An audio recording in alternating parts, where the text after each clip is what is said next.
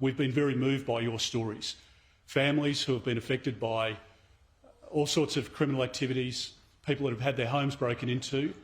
Over the last 12 months or so, the crime rate here in Frankston has gone up by 21%, and that is a pretty dramatic increase in just a 12-month period.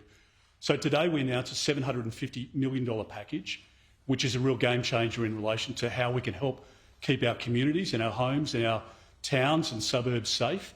It is about providing police with the necessary tools that they need, so building up the laws and making them stronger by providing support to community groups and by bringing all of the Commonwealth powers and agencies together to make sure that we can tackle crime alongside the state and territory police.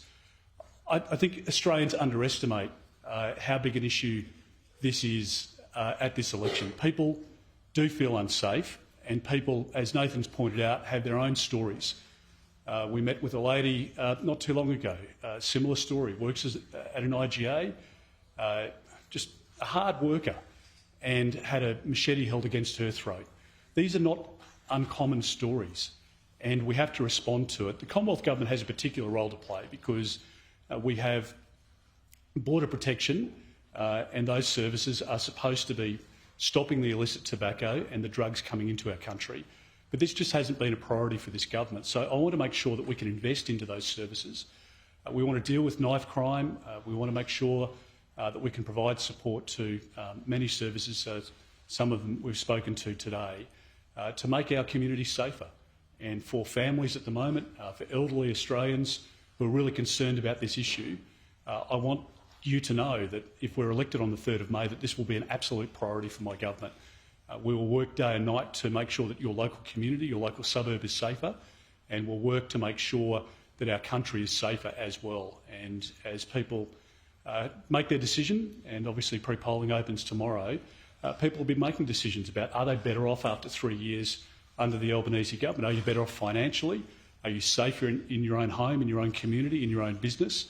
I want to make sure that we can get our country back on track. We want to make sure that we can improve safety in communities. I want to make sure that we can get young Australians into housing. We're absolutely determined to manage the economy well so that we can address Labor's cost of living crisis. And our positive plan goes to providing an opportunity to get our country back on track. If we can do that, we can help improve the lives of Australians very quickly.